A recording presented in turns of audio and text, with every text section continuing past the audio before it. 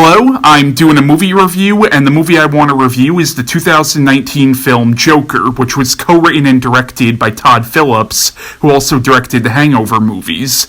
Now, the movie is based on the comic book character created by Bob Kane, Bill Finger, and Jerry Robinson. Now, the character of the Joker originated as a villain from the Batman comics, and I'm doing this review with my friends Jeremy and Matt. Hello. Hi. What's up? And college professor and author William Burns. Hello. You don't like how I introduced you like that? It sounds so pretentious. I'm just a fan. Later on in this video, you'll hear from my friends Chris and John. And be warned, there will be some spoilers. Actually, probably a lot of spoilers in this review. So if you haven't seen this movie, you might want to before watching this video. This movie is a retelling of the Joker's origin. However, it is not set in the same continuity of any previous Batman movie. The film is actually a psychological character drama paying tribute to the films of Martin Scorsese, namely Taxi Driver and The King of Comedy. The movie is set in the early 1980s in Gotham City and follows a clown and aspiring stand-up comic named Arthur Fleck, played by Joaquin Phoenix, who is a man with severe psychological issues that only get worse after he commits a self-defense murder, and how people treat him and his living in poverty, as well as learning some dark things about his past, only serve to further his descent into madness, culminating in him becoming the Joker. The film also stars Frances Conroy as Arthur's mother, Robert De Niro as a talk show host named Murray Franklin, Zazie Beetz as Arthur's neighbor, and Brett Cullen as Thomas Wayne, who ironically was in The Dark Knight Rises playing a completely different character. So, what do you guys think of Joker? I absolutely love this movie. In my eyes, it is without a doubt the best movie of 2019. It is a dark, brilliant drama about a man's slow and tortured descent into madness, and also a scathing critique on how the mentally ill are treated in society. Joaquin Phoenix gives one of, if not his best performance, probably one of the best performances of his career as Arthur Fleck. Tortured, painful laugh that he created for this role, I think, was enough to guarantee him that Oscar. Matt, what do you think of this one? Thought it was very good. I liked, agreeing with what Jeremy just said, I thought it was a very good portrait of, like, the character, the background. I liked how it was a different take. I mean, I know that a lot of people, before it came out, the director said that it may annoy people, but it turns out I haven't really heard people complain about it. I like how, like, no one knew what it was going to be like when it was first announced. And I like how it really, like, blew everyone away. It really was, like, an on-the-nose portrayal of Joker, and it was definitely something, like, a fresh take on it as well. Yeah. It still had the same, like, the movie had similar things that you know about the like Killing Joke and stuff, like the comedian aspects and stuff. But I like how they went in a different direction while they built upon, like, what they took. Yeah. Yeah, I agree with Jeremy and Matt. I thought the movie was an excellent movie. I really had no bones of contention about Joaquin Phoenix's performance. I agree. He did an amazing job. There are certain points in the film, in terms of the story, that I wish they would have done things, but I didn't think it took away from it. Like, I still enjoyed the film, but there were hints of things that I know they threw a couple of red herrings in there, and I kind of wish they would have went along with that. Like, I guess, can we start talking about? Yeah. This is where we're really going to get into spoilers. Okay, sure. Sorry, everyone. But, like, basically, like, the hint that they gave that sort of Joker, Arthur was actually Thomas Wayne's son.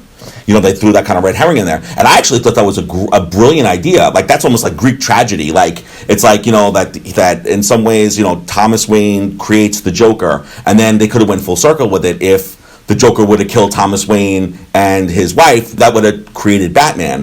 Whereas, so to me, it would have been, that's why they're so linked, right? Because in the comic books, and you have there's a strange link between Batman and Joker, and it's never really explained. Where I thought that if they would have went along that line in the film, then it would have been explained. Like, they're half brothers. One was created, by one being created, it ended up creating the other, So that, to me, that would have made sense why they are so linked all the time, But of course, they didn't go in that direction in the film, But again, I'm not. I still liked the direction they went in, but I thought that would have been wow. That would have been like epic, like an epic tragedy, in some ways. Yeah, Jeremy, what do you think of that? Well, I get what you're saying, although I think there is still a very strong link between them because, at the end of the movie, when Thomas and Martha Wayne are killed, they're killed by one of the Joker protesters, and, that whole protest and all the chaos going on, that's because of what Arthur Fleck did. He caused all that, so you can say he still caused their deaths. Well, so I think he was a catalyst for it. I think there was a lot of other things that caused it. I thought, the difference in wealth in the city, like a lot of in Gotham, I think that was like boiling. You know what I mean? Like it was just waiting for someone to light the fuse. Oh, absolutely. I mean, even right from the beginning, at the very beginning, there's that newscast announcer saying, things are getting very, well, he says something like to the effect of things are getting very tense, in Gotham. The heat is going up. There's a lot of garbage in the city, blah, blah, blah. Which I believe is a reference to Taxi Driver, right? Because when Taxi Driver was made in the 70s, it was during a heat wave in New York City and also during a garbage strike. Yeah, now, with your point about Arthur Fleck being Thomas Wayne's child, there is a subtle hint, or at least I kind of caught a subtle hint, that maybe he still is the child of Thomas Wayne, because the guy's a douchebag, so maybe he actually did have a child with this woman, but refuses to admit it at all, because isn't there like a photograph or something that has or there's some kind of letter to her that has the initials? There is, but I've also heard another theory that states that it could be the case that, Penny Fleck, she was very mentally ill herself. She might have just written that herself and then just... that's what I took from the film. Deluded herself into exactly. That's the way I interpreted it, too. Yeah, now what did you think of the characterization of Thomas Wayne in the movie? Yeah, I thought it was very bold, right? I think, he's always been portrayed, I think, in a lot of the things, at least that I've seen and read, that he was like this humanitarian, he was a philanthropist. You feel bad because he's killed, right? Oh my God, he was the saintly guy that, was killed because of some random crime. So I really liked the direction they went in this. And they were like, something, I was like, in some ways I was like, well, he got what he deserved. You know what I mean? It's almost like, because of sort of his, his view of wealth and of class, that, the chickens came home to roost. You know what I mean? If you create something like that, or you create a hierarchy like that keeps people down and rewards a privileged few, what do you expect? It's going to come back and blow up in your face, and I think that's what happened to him. Yeah, I think Brett Cullen does a great job turning Thomas Wayne into this really cold-hearted, nasty guy. I mean, this guy he has no sympathy at all for people who are less fortunate than him. He refers to them as clowns, in a very mocking and degrading way. Snobbish. Yeah, now to be fair, though, when he does that, 3 of his employees were killed, so he's probably emotions were kind of high at that point. Fair enough. And I don't know if, because I kind of got the sense that he might not have meant all the lower class are clowns, but that's how it came off as. I wouldn't say that the character is completely without, not sympathy, but kind of understanding where he's coming from, because, there's the scene, where Arthur does confront him in that bathroom, and while they're in the bathroom and they're talking, he says to him, Thomas says to Arthur, "You're the guy who was at my house." And, I kind of understand why he would react that way, especially... it's kind of justifiable when he says, "If you touch my son again, I'll kill you." It's like, yeah, okay, you kind of have to be on his side there, because Arthur did kind of overstepped his boundaries in a big way. Yeah, no, I understood his point of view in that scene, but at the same time, though, that this guy is the son of this woman who worked for you, so you should know about his history of abuse. So it's like, I think the guy should have shown him a little more compassion. Oh, sure. I do agree with that. Although, I also have to think, if I had a son and some stranger was putting his fingers in my son's mouth, I'd probably want to kick that guy's ass too. Right. That No, seems absolutely. crazy. That seems creepy. Yeah. It was.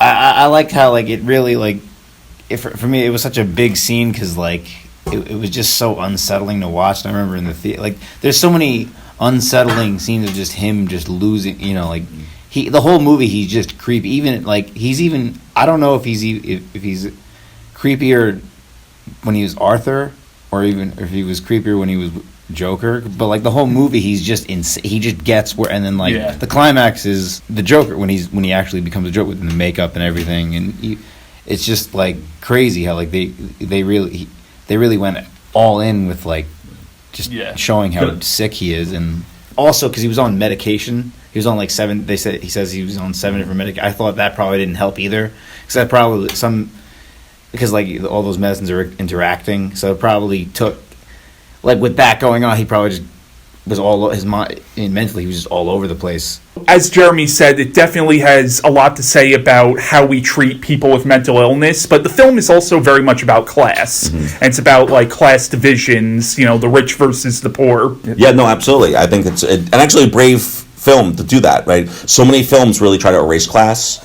because we're not supposed to talk about that in the United States because the United States doesn't have classes. Yeah, right. That's that sort of, that idea.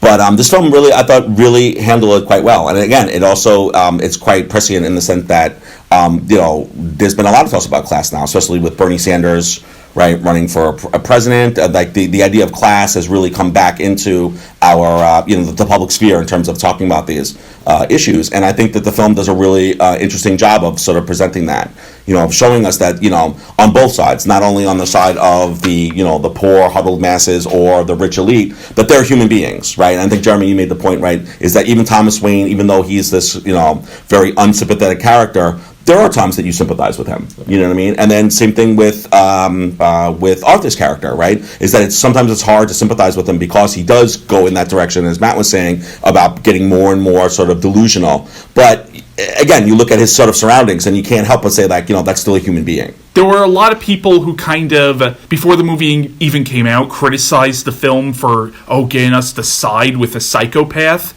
And my argument is, yes, I do think this is a sympathetic portrait of the Joker, but I don't think the movie ever condones Arthur Fleck's actions. And it doesn't glorify it either. I think doesn't really glorify it at all. Is that he's, it's that sort of combination between, maybe the biological and the environmental. You know what I mean? It's like, maybe he was born with these kind of, this mental illness. And maybe if he had a better environment, this would have never happened, right? But because he grew up in this sort of really impoverished background, and and he never got to help, right? That's another really great aspect of the film, was that he tries to get help. He tries to get help, and the services are cut off, right? All those things are sort of work against him in this sort of environment. And what do you expect? Yeah, and even when he did have the quote unquote help, with his therapist. As he said, she didn't really listen to him. She kind of, maybe she listened here and there, but for the most part, she sort of tuned him out. And, he, this is especially evident when, he says, I've been working on my stand-up. I want to become a comedian. And she says, I don't remember you telling me that. And he says, I'm pretty sure I did. Yeah. I don't think the therapist is unsympathetic. I think she's trying to help him. She just doesn't do a very good job at it. And also, we have to also think, when the services get cut off, that means she's out of a job. So right, she even mentions that, right? She's just as much a victim as Arthur. Right, absolutely. Yeah. And again, I think that the portrayal of the therapist is very realistic. I imagine now with social services, they're probably overburdened with cases, with too many people. And then, like, how invested do you get in someone? You know what I mean? Like, it's like, I think it's an extremely hard job. The therapist said it best to Arthur, they don't give a shit about people like you, Arthur. And they don't give a shit about people like me either. Mm-hmm. She was absolutely right. I think at the time too, it wasn't really issues like that and like all those like mental health, handling the mental health. It wasn't looked at the way it is now. Like it was a different time back then. There wasn't as much resources. Like it. So I think it was an interesting depiction of like just that time period as well. Right. And also, actually during the early 80s was when the Reagan administration actually stopped, right? It said, like, we're not going to pay for a lot of these resources anymore and let a lot of people out of mental hospitals. So it's very much connected with that as well. Here's my friend Chris's review on Joker. So, obviously, this movie deserves an insane amount of gratitude right now because I guess most people aren't ignorant to the fact that you can do a lot with comic book movies, but what this did is so different from, obviously, what's going on now. And I say this as a huge Marvel fan, all the big blockbusters, loved Endgame and everything, but this was a movie that was first and foremost about mental illness and about psychology. And I feel like they do tell these stories in the comic books themselves occasionally. They like dial everything back and do like different, darker miniseries. The book that was called Joker was kind of like that, even though it was still like superhero-y. But it's so cool to see them do a movie that kind of takes influence from the DC universe, but at the same time, it's a movie that's about a mentally ill person first and foremost, and the fact that it's based on a supervillain is kind of an afterthought. And I love that they did it with like a Scorsese aesthetic, and it's got like a very early 80s, late 70s feel, and I don't know, it's a really interesting way to do a comic book movie. And I really enjoyed the hell out of it, because you keep guessing like what his mental state is and how it affects what's going on in the story, with the whole fake out that he's dating the girl next door, spoiler alert. And then after that, you kind of start to wonder what about his perceptions can even be real anymore. And that's something we haven't seen. Well, I mean, it is something we see a lot, but the first thing that comes to mind is something like American Psycho. You really start to wonder if any of this is really happening, or if it's all just in his headspace. Unreliable narrators make for really good stories, and I really appreciated it in this one. I love the ending, and I know a lot of people speculate on what happens in that last scene, because so much of this stuff is up in the air, but I like the idea that when the Waynes are killed, it's almost like Arthur senses it in a way, in that last scene where he's in the sanitarium again, and he's laughing to himself, and he just goes, yeah, you wouldn't get the joke that I'm thinking of. And I think the joke is supposed to be that he is a very isolated, lonely person who, through finally lashing out and telling society to go fuck itself, he created the one person who will always be around him. Because Bruce is going to grow up to become Batman, obviously. So because of him, he gets his life partner. And it's only a matter of time before he runs into Bruce again and they end up arch enemies. That's the way that I personally look at it. I feel like a lot of people will probably have differing opinions on it, but I don't know. I think it's one of those really cool interpretive endings where it's not trying too hard to be ambiguous, but you can still come up with a lot of cool shit out of it and come up with all these different ways to look at it. I mean, Joaquin was kind of just dying for a role like this, obviously, and I think there was no appeal whatsoever in the fact that it was the Joker. It was more just... It was an opportunity to tell a story about a very disturbed person who gets sick of kind of being marginalized and finally lashes out. But I gotta say, a lot of people really stole the show here. Like, I loved Frances as his mom. Zazie as the pretend girlfriend was great. De Niro, obviously, he always steals the show. Everything just came together so well. And you can just appreciate the craft of it and the fact that, okay, we're going to tell a different kind of comic book story. And we're going to have fun with it, but at the same time do something serious and do something that's a statement on the world and on dealing with mental illness and all these different issues. So, yeah, I loved it. They managed to make it work well on two levels, where you had that comic book appeal with a guy dressing up in a costume, but you also had the psychological element of it and kind of the character piece 70s taxi driver thing going on. And I think the best kind of entertainment is the stuff that pulls off that two-level thing, where you can take it seriously, but it also works as a fun story or as kind of an engaging story. And it nailed it so well. So it's definitely one of those movies that you're going to watch another 20 times just because you're so into it and so fascinated by it. I'm definitely going to get this at some point. I still haven't bought it, but I'm interested in it. So, yeah, I really loved it. I think a lot of this movie is just, Arthur trying to find something to smile about, that goes with the movie's tagline, put on a happy face. Every time he gets struck down by something, some sort of injustice or unfairness, he just can't control it anymore. I mean, I think him trying to find something to smile about is evident from the very first scene when you see him, playing with his face in the opening scene. It's like he's trying to find something to smile about, but can't. He's got his fingers in his mouth, and he's struggling so hard to keep a smile up, and then he just snaps back to a frown. And something the movie also shows is how he really doesn't read things the way we do. Like, there's that scene in the comedy club where he's listening to the comedian and he's taking notes, but he's kind of laughing at all the wrong times. Like, he's not laughing at the actual jokes, he's laughing at other things to show you that he's not perceiving the world the same way we are. Besides also having mental problems, he's pretty socially inept. I think that's pretty fair to say. Yeah, no, I agree, and that's in that portrayal. I think that's where you get the connections with Taxi Driver, with Travis Bickle, right? Because Travis Bickle in that movie is basically looking for something to believe in. He's looking for a place in society. He's looking to connect with people, right?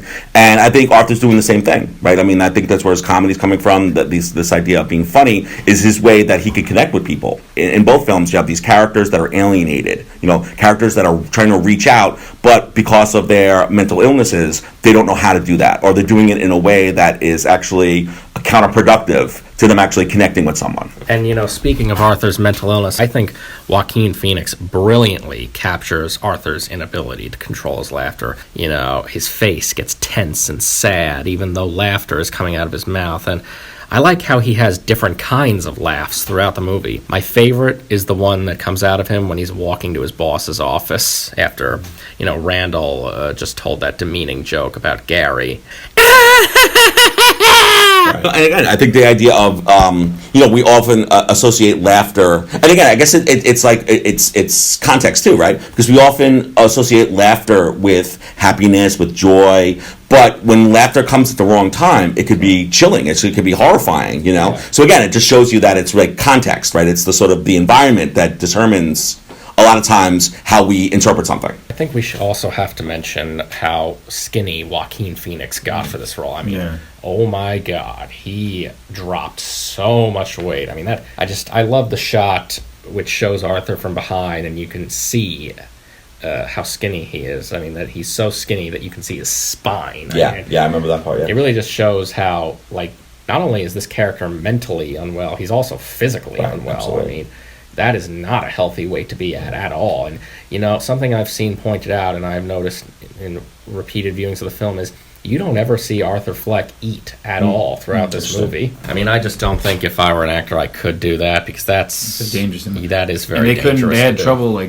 couldn't they couldn't really reshoot a lot of scenes because he kept losing so much weight that they weren't sure if he was what weight he was going to be at, and apparently he looked weird in some shot. He would have looked. They didn't think he was going to look the same in certain shots if they reshot it. So I thought it was I heard that they kept rewriting certain things. So it's interesting how it all played out. What about some of the other characters, like Robert De Niro's character of Murray Franklin? What do you think of him in this movie? Actually, I thought he was quite. He's portrayed as this, this media star. But I actually thought, at the beginning at least, he actually treated Arthur quite well, right? I think his producer didn't want him, right, was sort of treating Arthur as an underling or something that's not important. But you could tell that Murray kind of felt sorry for him. Yeah. So there was that sort of sense of empathy and some compassion there, And again, I think that's ironic because the other movie that the Joker's based on is, of course, King of Comedy. And in that movie, right, Robert De Niro plays Travis Bickle, kind of like the Joker character who's trying to get into show business, yet he's very socially awkward, and there's Travis Bickle? Oh, I'm sorry, Rupert Pupkin. Yes, sorry about that. Rupert Pupkin. And in the movie, Jerry Lewis plays the kind of Johnny Carson-esque kind of talk show host or late night host. And in the movie, in that movie, Jerry Lewis is such a jerk. He's got such a sense of entitlement, and he's got such a sense of superiority, which I thought was nice that Robert De Niro didn't play it that same way. Even though the movie is based on King of Comedy, Robert De Niro decided to not do the same thing that Jerry Lewis did. I really liked Robert De Niro as talk show host Murray Franklin. I think he does a great job delivering the punchlines, especially when the character is mocking Arthur. I do agree that he definitely treats him with some empathy in the movie, but we can't forget that the whole reason he brought him on the show was so that he could further make fun of him after showing his video and making fun of him there. I mean, he probably figured, wow, if this video of this guy screwing up at comedy got me so many laughs, and imagine how many laughs and ratings it'll get me if I bring this schmuck onto my show. At the same time, though, I don't think he was necessarily malicious about it. I think he was definitely a dick move, but I don't think he realized just how severely mentally ill Arthur Fleck was, and I think he probably would have thought that the guy would be in on the joke a little bit. Like, I don't think there was anything too malicious intended. Oh, yeah. I would also wonder if there was some influence of David Letterman, because that was one of David Letterman's things, right? He'd find these, like, weird people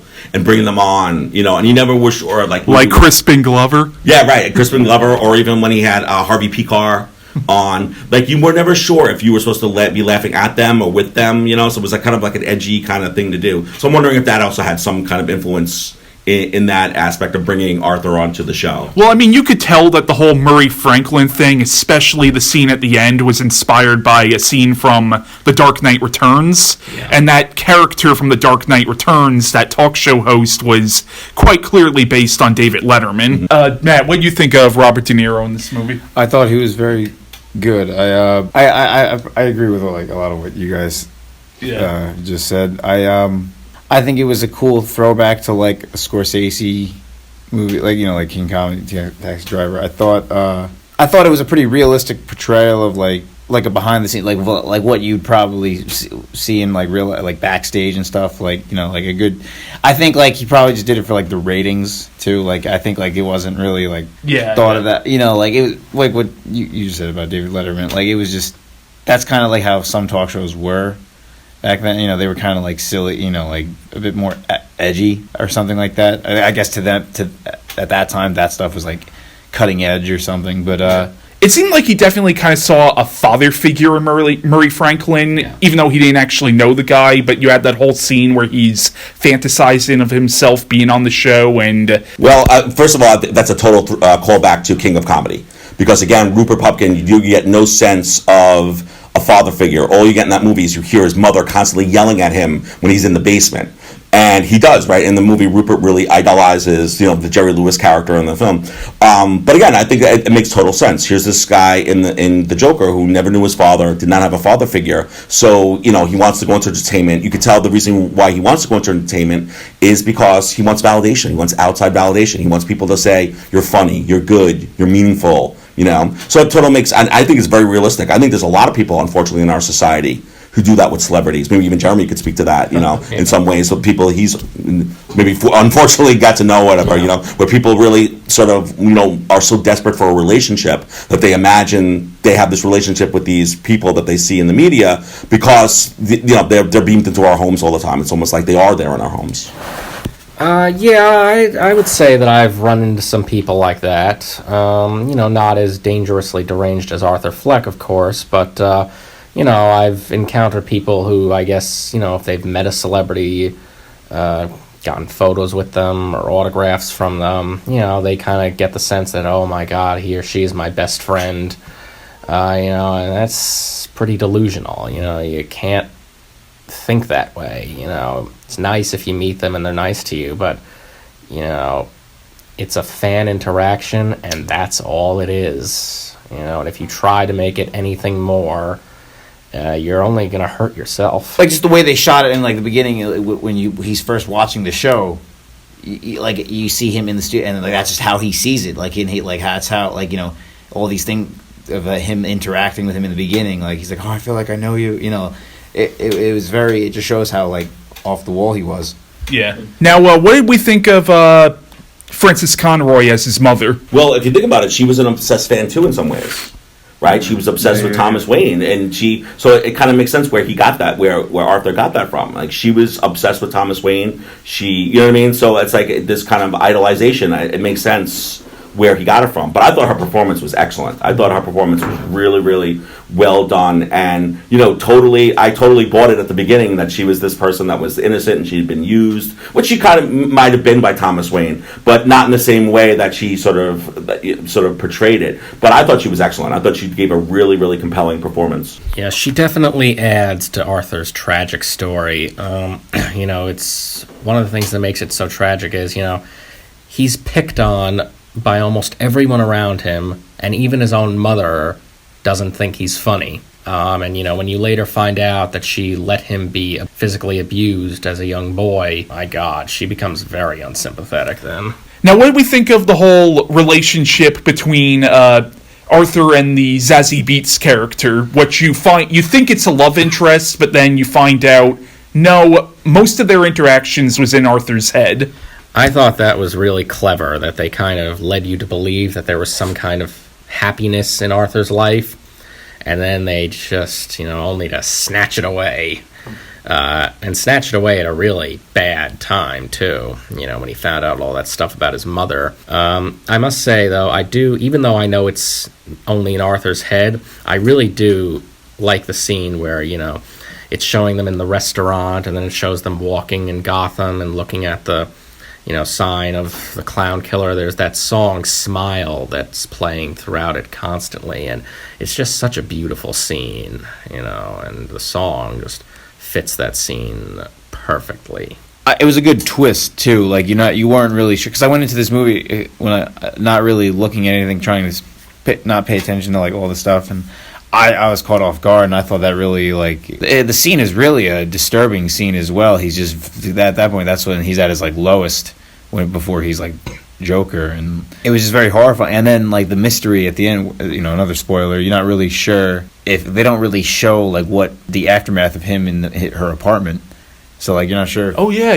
They're not. I never even thought of it that way. But yeah, and I thought that was really interesting as well. And it leaves you wondering throughout the. They don't mention it ever again. Actually, I read somewhere online that there was a deleted scene which showed that he didn't kill her after the apartment scene. And I don't think he would have, because, even though none of that was real, if you notice in that scene, while she is scared out of her mind, she actually is showing him compassion. Yeah, he had no reason to kill her, and, the thing I love most about that scene is when he says, "I had a bad day," because that is a direct reference to Batman the Killing Joke, along with the Joker being a failed stand-up comedian. That's definitely taken from Batman the Killing Joke, which is one of my all-time favorite graphic novels and the greatest Joker story ever told. Yeah, and also, I think there are little hints in the movie that relationship between them isn't real, because if you notice, when he's around her, he's far more confident and far more charismatic than he is in his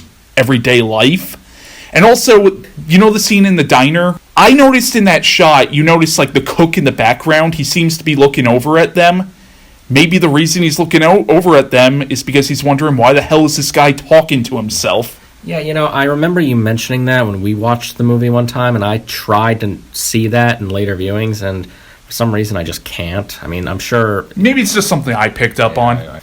Bill, what do you think of that perceived relationship? Yeah, no, I mean, I agree totally with Jeremy and Matt. I think they hit it right on the head. To me, it's really sad. It's just a really sad, you know what I mean? It's a very sad, when I found out that wasn't real, it's very sad. Here's this guy that he just wants human contact. I mean, who doesn't?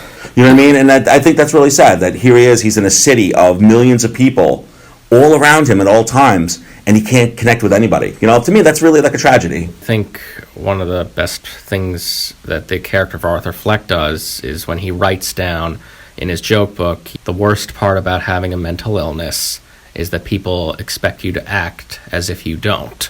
And that's very true. Very true. That's a good point, yeah. As long as we're talking about actors' performances in this movie here, I'd like to mention two other actors in this movie I really enjoyed watching. I'd like to point out the performances of both Glenn Fleshler and Leigh Gill, who play Randall and Gary, who are two of Arthur's co-workers at the clown house he works at. I think they do a great job, even though they're not really big characters in the story. I think they're still pretty, kind of integral to it nonetheless. Glenn Fleshler, he does a great job making Randall a complete and total scumbag. I mean, that character is really just not sympathetic at all, He insists that Arthur takes his gun and then lies about it to their boss when Arthur gets in trouble. And, in the scene where Arthur, after he got fired and he's packing up his stuff from the locker room and he's leaving, he snidely says, "Oh, why don't you ask Randall? It was his gun.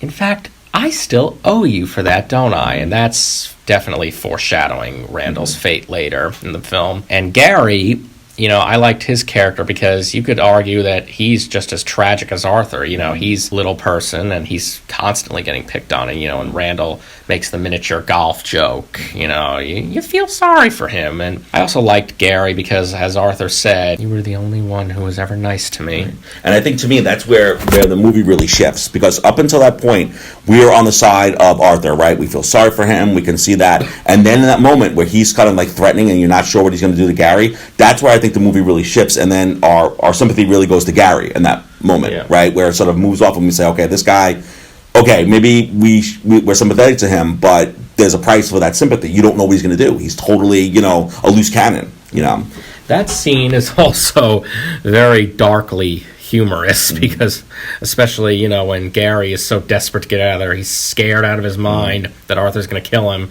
but he can't reach the doorknob. Yeah. So I remember when, Matt, when me and you saw that movie, that scene got a huge laugh from the audience. Yeah. And again, it's that sort of that irrationality. It's that not being able to predict things. That's really what the Joker's about, isn't it? Like, if you think of the character of not being able to know what he's going to do, he's capable of anything, and you can't plan what he's going to do. You can't see ahead because he's always, on that edge. He's always ready to do anything, and you can't sort of predict it. Right after the scene where Arthur leaves the clown house after getting fired, he kicks open the door. There was supposed to be a scene immediately following that where Randall goes out after him and confronts him, because he said it was his gun. Unfortunately, that scene wound up getting cut, and I was very sorry to see that scene cut because when the movie was filming, footage of that scene being filmed leaked onto the internet, and it looked very interesting. Randall confronts him, and Arthur just, doesn't seem fazed by it and just smiles mockingly at him. And then he walks up to him, grabs his clown nose, and then just throws it down the street. I thought that really would have been a great scene. I wish it had been, stayed in the movie so I could have heard the dialogue that they said. But unfortunately, they decided to cut it. Matt, you said how you weren't sure if he was creepier as Arthur Fleck or creepier as the Joker. Yeah. Something I've noticed is by the end of the movie, when he finally becomes the Joker, he's together. He's more calm and confident now. Yeah, no, absolutely. I think that's a great observation. Absolutely, right? He's dancing. He stands up straight. He's not all hunched over. Even his responses during the talk show, right? His responses are very direct.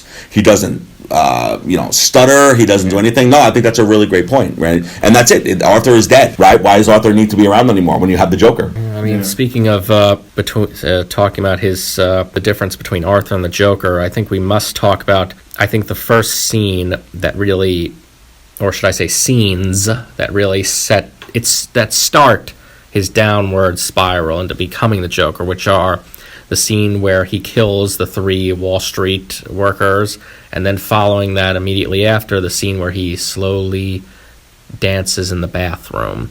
I want to point out the music in that scene is so beautiful. Oh, the music in the whole movie is so beautiful. I mean, it's just an incredibly dark and rhythmic score, it is just incredible.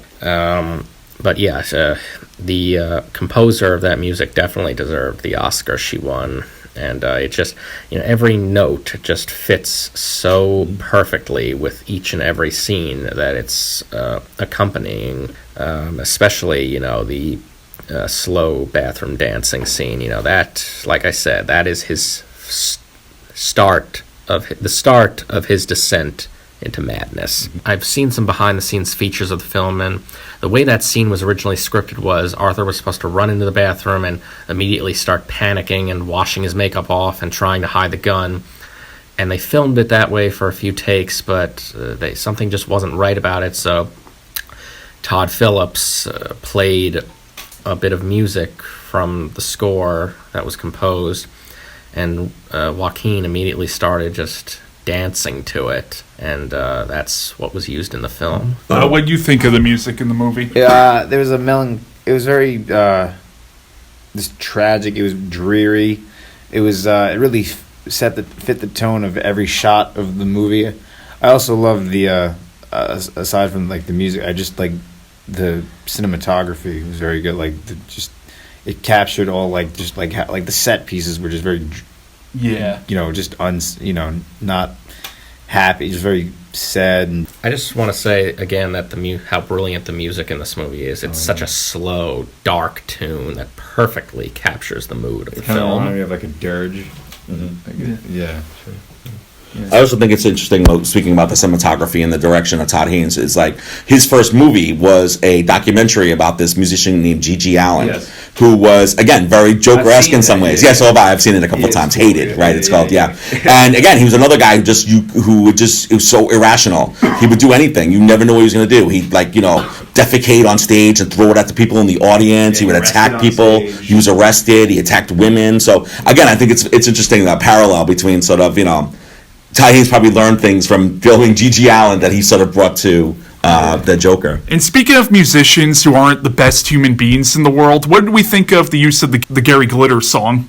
Yeah, I know people got all mad about that, but it's like, I guess in some ways, I mean, that's not the reason why I didn't like it. I just thought that was probably, it's kind of like it's been played out. Like I don't know, I think they could have found another song that could have worked with that. I mean, it's hard to comment on because of what Gary Glitter has done. But, I mean, I will say that when I first saw the movie, and I heard the song, I didn't know who wrote it. Like, a lot of times I'll just hear songs and, if they sound good, I'll like them, but I might not know who wrote them or sang them. And I thought at the time, this song fits perfectly with this scene. I mean, the dancing on the stairs scene is instantly iconic. It symbolizes his descent into madness and shows, along with the later scene of him on top of the cop car, that he is now fully embracing his new identity as the Joker. I mean, as for the song itself, I mean, maybe they could have chosen another song. I will say this, though. I did read that Gary Glitter did not get any money from the use of his song in this movie. So, I mean, I don't know if that's any consolation to people who were upset by it. I knew. I always heard that song. Well, I've heard it before, but I never knew who it was, or I didn't even know what the song was called until what's the name of the song again? Rock and Roll Part 2. Rock and Roll Part 2. Yeah. Like I remember hearing it.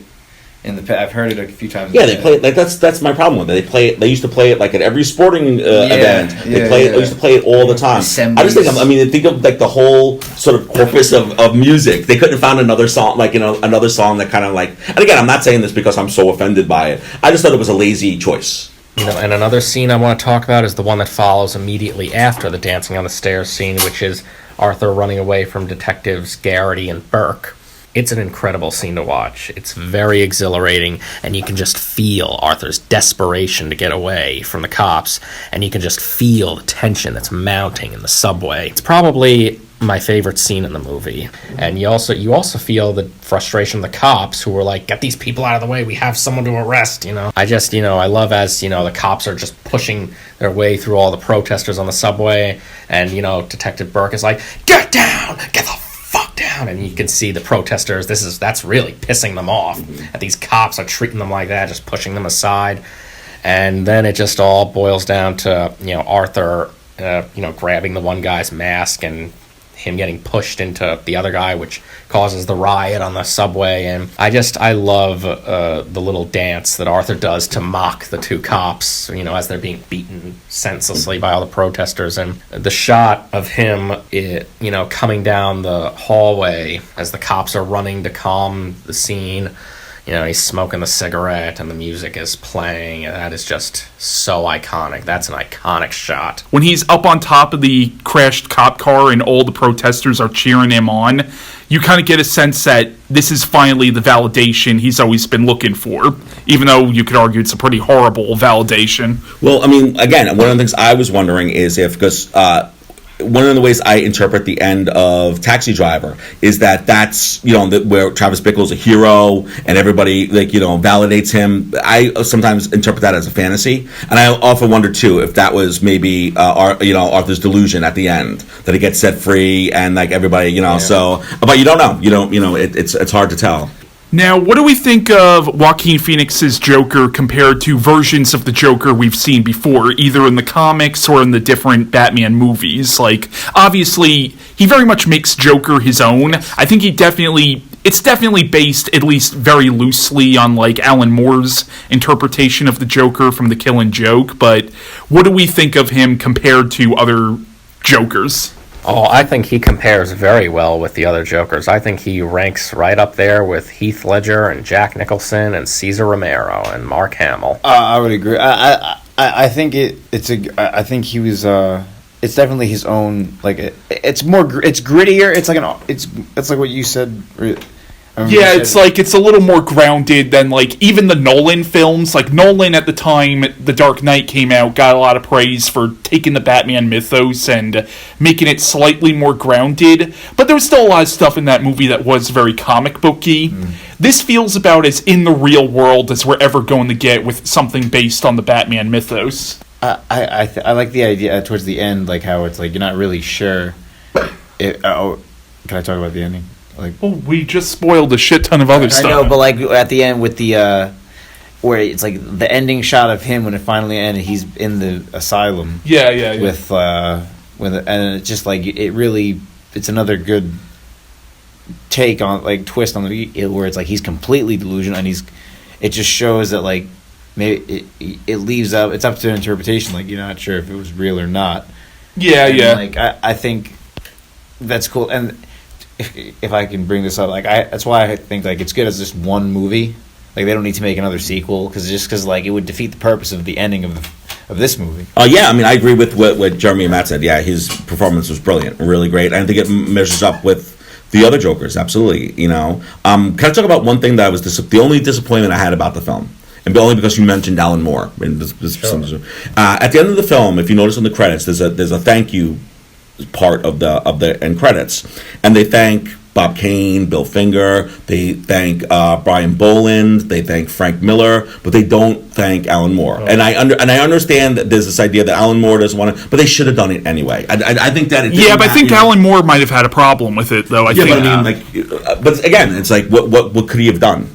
Like, couldn't you like sue if you're thanking somebody? I don't. It's like not saying anything else about it. Alan Moore has specifically requested that his name be kept off of all adaptations of his work that he does not, own the rights to, and he's also spoken negatively about Batman: The Killing Joke. So I think he would probably be pretty pissed if they put his name on Joker. Or don't they also call him on things now like the author or something? Right? Don't they put that on there and people know that's Alan Moore? Sure about right. Don't they do that now? I think that when they he wants to be called that on reprints of things, like just the author or something. Yeah. So again, they could have done something because he is so integral to that movie. I cannot imagine that movie being the way it is without Killing Joke. I mean, I get what you're saying. I mean, we can't change Alan Moore's mind about anything, though. That's for damn sure.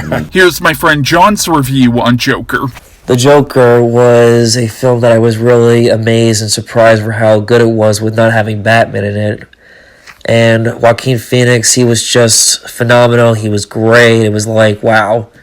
We've had Nicholson, Ledger, and also let's just say this was an upgrade compared to Jared Leto's, and there was a lot of great twists I did not see coming, but I'm not going to spoil it. Just watch the movie and you'll see how great this is, despite all the controversies or all the debates. It's just it's an all-in-all great film. One thing about the film that it explores is that it shows how like a guy like him who is a comedian, but he finds murder and killing funny, which just shows how like sick and twisted he is. If I were to have one complaint about the movie, and I thought the movie was brilliant, I actually thought the scene at the end where you actually see Thomas and Martha Wayne get shot, that's the only scene in the movie that to me felt like studio interference. I'm not sure if we really needed to see that because we've seen that same thing done so many times. Well, I mean, yes, but at the same time, I think one of the reasons they still put that in there was because I think they also just wanted to show Thomas Wayne getting his comeuppance because he,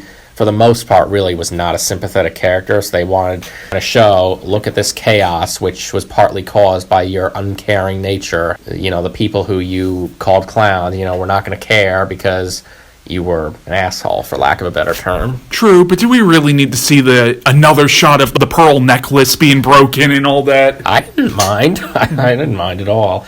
I thought it was cool how they threw it in there. I'm not sure if it was studio interference or not, but like I thought it was a cool, just a little add in. Like, yeah, this is just Yeah. That's him getting, because he was technically a villain in the movie. So like, Yeah. he just dies. Yeah. Yeah. Well, what did you think of the Batman I can origin scene? I can see both sides of that. I mean, I understand Jeremy's point of the comeuppance, but I agree with you, Christian, that they could have shot it, like, how many times has that been shot the same way? They could have came up. I mean, the movie's very creative. Why not be creative with that? Although the one thing I thought was really funny was that, because in the original, right, they're going to see the movie The Mark of Zorro, right? That's what they go see. And in the early 80s, there was this movie called Zorro the Gay Blade with George Hamilton, and it was like a spoof of Zorro, and if you notice on the marquee, that's the movie they're seeing, Zorro the Gay Blade. That's the movie they're seeing, so I thought that was good. What did everyone think of those two cops, Detective Garrity and Detective Burke? Did you think they were sympathetic, or did you kind of think they were assholes? I think they never really came off. The only thing that came off as dickish was when the one cop asked him, "Is that real?" The whole his condition thing. That was a little bit of a douchebaggish thing to say, but they never really came off as like corrupt, or they were just cops doing their job, I think. Yeah, that's fair enough. I mean, I kind of thought, the one cop asking him about that's like, dude, that's none of your business. They did technically cause his mother's stroke, so there's that to consider. And even when Arthur, they confronted Arthur at the hospital, they didn't seem all too sympathetic when he said, my mother had a stroke. It's like, oh, we're sorry to hear about that, but we still have to ask you some questions. But I think that's very realistic. I think that's how a lot of police officers are. You know what I mean? It's like they hear so many lies, so many excuses in their job. You know what I mean? That they have to cut through and just be like, no, this is what this is our focus of what we're doing. But no, I agree with you, Christian. I think that they were very realistic. I didn't feel that they were overly, mean or overly sort of negative towards him. I thought they were just, like you said, cops in this crime-ridden city just trying to do their jobs. Now, with the implication at the end that the Bruce Wayne of this movie will eventually become Batman in this timeline, what do you think their dynamic would be like in the future of this universe? Obviously, we're not really going to see that. I think that's all up to our interpretation, but what would their dynamic be like? Because by the time Bruce Wayne is old enough to be Batman, Arthur Fleck's going to be an old man at that point, so it's going to be a very different relationship than what we've seen in the comics and any previous Batman movie. Well, I think it would be, because of that age difference, it would probably be much more psychological than physical. You know what I mean? There probably wouldn't be a lot of, like, fighting or, like, so I think in some ways it would be much more psychological. And the fact that, the connection with Thomas Wayne, the death of the father, not having fathers, I think that Joker would probably play on that a lot with Batman.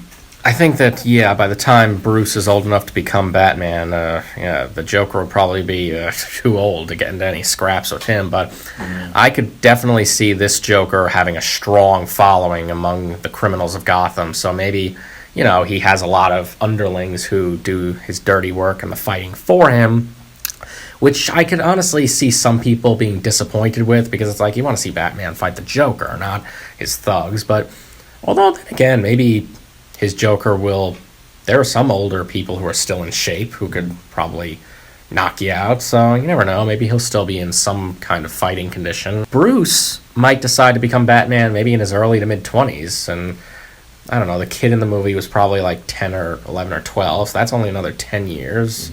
Joker will probably be in his 50s. I mean, that's not too old. Right. Yeah, well, I know, Matt, you alluded to this earlier. Do we think there should be another film set within this universe, like another film maybe showing that relationship, or you think that should just be up to us? I'd be lying if I said that I wasn't curious, but maybe it is for the best that this be a standalone movie, but only time will tell. Yeah. Right. Well, I think I agree with that. I think that sort of it's really good that it acts as a standalone. But other movies set in this world, like maybe a Penguin flick in this world, or some maybe other characters in this world, that might be interesting. I actually heard that they are planning on doing something similar with this movie, but with the character of Lex Luthor. Okay. I am always constantly singing Joaquin Phoenix's praises. I mean, the man is just one of the greatest actors of our time. And, I actually had the pleasure of getting his autograph 6 years ago. Oh, wow. It was a cold December night at the Barricade for the Late Show with David Letterman, where he was appearing as a guest. I got there just in time to see him on his way out of the show. I didn't think that he was going to sign, as I had heard that he was a tough signer, but to my surprise, he actually came over to where us graphers were, took my marker, and started signing for everyone. I managed to get both my Gladiator and Walk the Line photos signed by him. His signature, as you can see, isn't very good, but even so, I'm very glad to have it in my collection. Now, what do we think of some of the ridiculous controversy surrounding this film? Oh my god. The controversy around this movie was absolutely ridiculous. I mean, you couldn't look up the movie online or hear about it on the news without someone saying that it was going to cause some kind of horrific act of mass violence. And I was like, oh my god, give me a break already. There's been violence even before movies were even invented. And also, there was a knife fight at a screening of Frozen 2. Should we now ban that movie? I remember seeing a comment on a news thread about it where some woman said, oh, they should just not show the movie. Oh, it shouldn't be shown at all. And I'm like, are you freaking kidding me right now?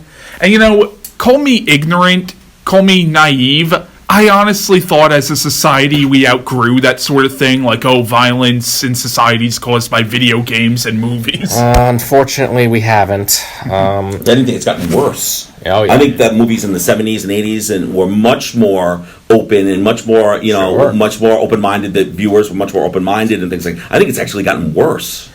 Yeah, especially with the rise of political correctness, I would say. In fact, I've seen far too many times a lot of, self-righteous feminist types refer to this movie as, just being about some privileged white male. And every time I hear that, I just want to say, the main character in this movie is a mentally ill loner who is living in poverty with his equally mentally ill mother and is constantly getting picked on by almost everyone around him. How the hell is he privileged? Well, that's I think the problem is, Jeremy. So many people have not even seen the film. They just hear what other people say about it, right? And then they just pick up that line of thinking. See for yourself. See it make up your own minds, Well, Matt, what do you think of the controversy surrounding this film? I thought it was just dumb. Yeah. It was just really dumb, and I hadn't heard anything when it came out. I hadn't heard any anything on the news about anything happening. I mean, yeah, Jeremy, didn't you say that there was some warning before the movie came out?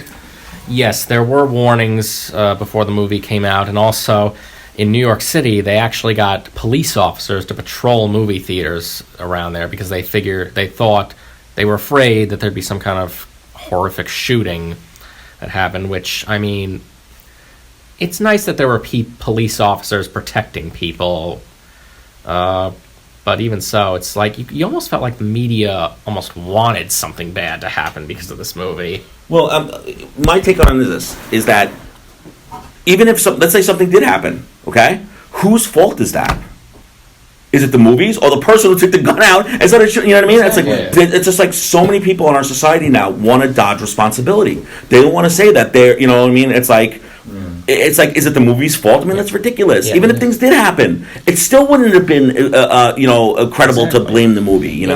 I think that people these days are always looking to find a scapegoat. It always has to be someone else's fault. We can't just look at ourselves as a society and see how we're doing things. No. It's got to be a movie's fault or a video game's fault. And ironically, that's kind of what the movie is also about, really. Exactly, right? It's like instead of looking at the end result of the problem, getting to the root of the problem. That's what nobody wants to do that, right? Everybody would rather just we'll just ban something, but that's the end result of the problem. It's not the root of the problem. And the movie is about, right, the root of the problem being people who need help. Right? People who feel downtrodden, people who feel stepped on their lives. There's no resources for them. There's no help for them. So what are they supposed to do?